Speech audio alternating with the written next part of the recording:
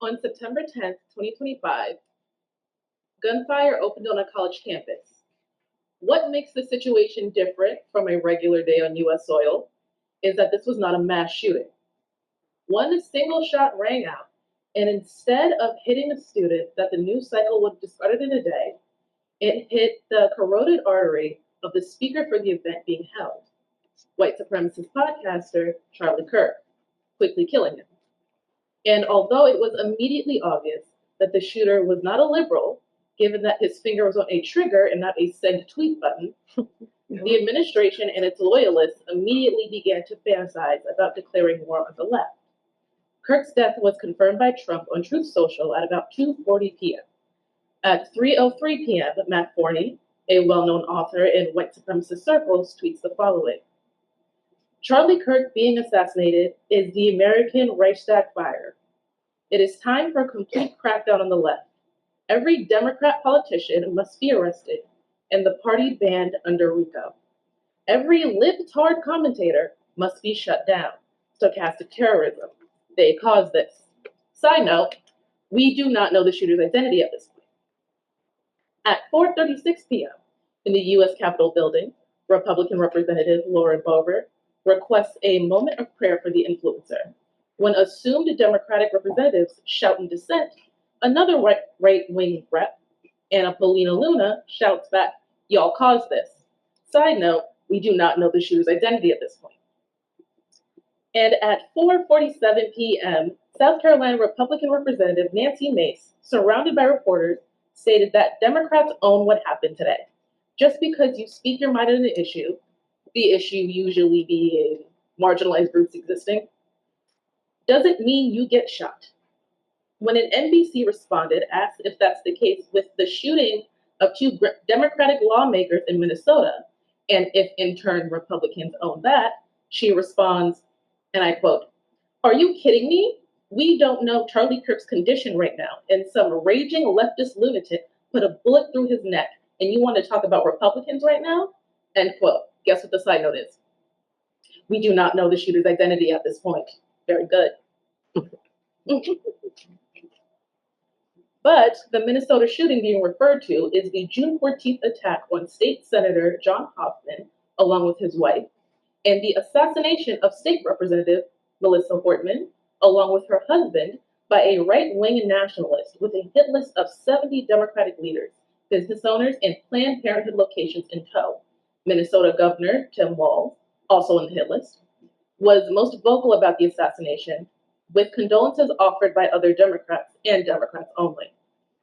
In solidarity, Washington, Kansas, New York, and South Dakota lowered their flags with Minnesota in remembrance. But Donald Trump, current president of the entire United States, when asked if he will at the very least reach out to Walz and offer his condolences, answered, quote, "I'm not calling him. Why would I call him? The guy doesn't have a clue. He's a mess. So I could be nice and call him, but why waste time?" End quote. What Trump did not waste time with, however, was ordering every state in the country to fly their flags at half-mast for a YouTuber that died the same way dozens of students do each year without mention, which Kirk himself believed, quote, was worth it to have the cost of, unfortunately, some gun deaths every single year so that we can have the Second Amendment to protect our other God-given rights, end quote. The House of Representatives had their moment of prayer. Secretary of Defense Peter Hegseth did the same, leading his military in prayer, freedom of religion be damned. Right-wing factions in the EU Parliament even tried to enforce a moment of silence, though unsuccessfully. All normal protocol, some normal protocol, for a slain politician. Not so much for YouTuber. Meanwhile, Trump has not spoken a word on the Evergreen High School shooting that occurred at the same day, at the same time, in the next state over. New York did not obey the half-mast order, neither did New Jersey. Minnesota's flags were lowered through the same period, only to honor the 21 victims and 2 deaths of another school shooting that occurred the week before in Minneapolis on April 27th. The ultra-right, for the first time, found themselves on the other side of watching someone that looks like them get murdered on live video while the people reacting say they deserved it, and they did not take it well. Secretary of Defense Pete Hegseth directed his staff to report military personnel celebrating or not condemning Kirk's death. MSNBC political analyst Matthew Dowd was fired after simply saying, "Hateful words lead to hateful actions," as that was not sycophantic enough and was counted as celebration. The Washington Post fired columnist Karen Etier, a Black woman, just as swiftly for simply posting a simplified quote of his after his death. Quote, "Black women do not have the brain processing power to be taken seriously. You have to go steal a white person's slot," end quote. The internet eagerly opened that directive to the public, with online databases by the name of charliekirkmemory.online and more famously charliesmurderers.com, where users are encouraged to report people's social media posts with their full name attached if their reactions aren't empathetic enough. Empathy, from Kirk's perspective, quote, "a made-up new age term that does a lot of damage," end quote. Laura Loomer, another far-right influencer who has been banned off of multiple platforms for hate speech, tweets, "I will be spending my night making everyone who celebrates his death famous. So prepare to have your whole future professional aspirations ruined if you're sick enough to celebrate his death." J.D. Vance, hosting Kirk's podcast in his permanent absence on Monday, fans those flames, instructing listeners to call their employers when they come across anyone who isn't mourning sufficiently. Florida Congressman Randy Fine threatened the licenses of doctors and lawyers if they aren't particularly sad as well. And for days, private citizens have been harassed and threatened for refusing to mourn a white supremacist that would most likely celebrate their death with swiftness and ferocity.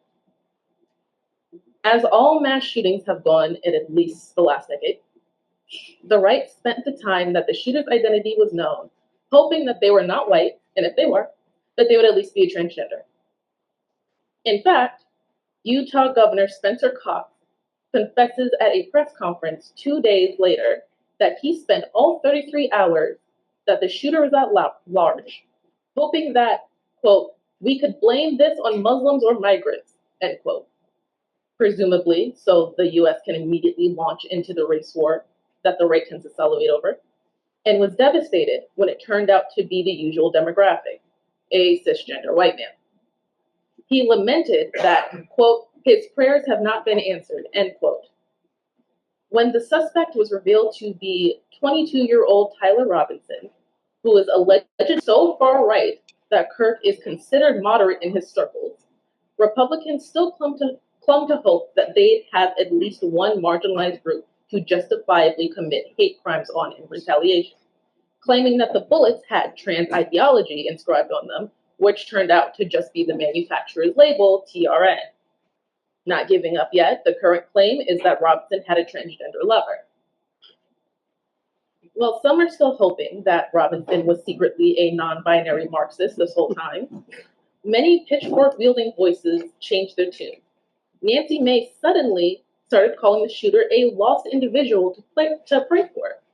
Others turned their ire onto his college, University of Utah, which currently rates 1,866 in diversity out of 2,183 in U.S. schools, and resides in the state that comes in dead last Women's equality, including for this year, claiming that he was a victim to college culture and was recently infected by the radical leftist ideology that lurks on every campus in America, waiting to claim its next victim.